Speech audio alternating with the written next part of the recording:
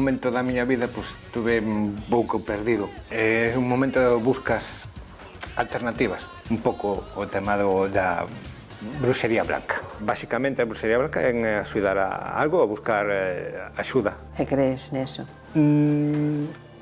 Axudouche? Me ayudou. Eu tamén creo, Coñezco megas blancas, hai que quitarse o sombreiro. Porque isto de que vayas a un sitio e que che conten cousas que xente que non te conoce de nada e cousas íntimas, quedaste ca boca aberta. E sales de lía A ver as ailas. a ver as airas, sí. Quen non tuvo unha manciñeira na familia? De feito, levo aquí uns amuletos que me regalaron, non sei. Eu tamén. A protección está das bruxas que tes que activar con agua chea, con sal, con non sei que. Outra maneira é levar a unha bruxa e que o active ela. Pero bueno, eso cada un depende do poderío económico que tenga en cada momento. Non podo decir os precios porque non cheguei a preguntar tanto, pero máis de 200 euros a lo mejor sí. E mi sorprendeume moito que a Alberto lle gustara todo ese tema, a verdad, porque hai moi poucas persoas que crean neso. Silencio, que no es silencio.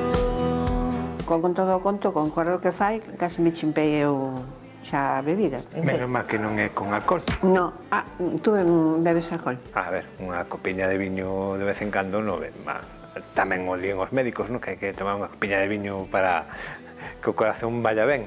Vivir hai que vivir, oye, un vaso de viño non pasa nada, non. Preguntei o de a bebida porque o que destruiu o meu segundo matrimonio foi precisamente a bebida. Estuve con unha persona alcohólica e non lle recomendo a nadie. Fixe unha vida imposible. O alcohol levou a engañarme con outras personas, faltando ao respeto e outras cousas personales. Claro, sí.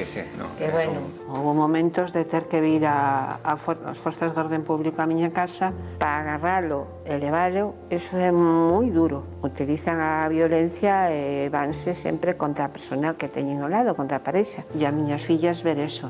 Eu tiña medo, moitas veces tiña medo. E iso é unha cousa que levo grabado a fuego. Moi grabado, e a veces incluso de noite desperto e recórdaseme certas cousas que me dá medo.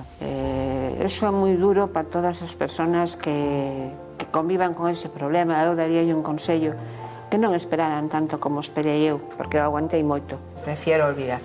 Sí, o que quero é disfrutar do que non puden e vivir o día a día, o que Dios me deixe. Quiero vivir.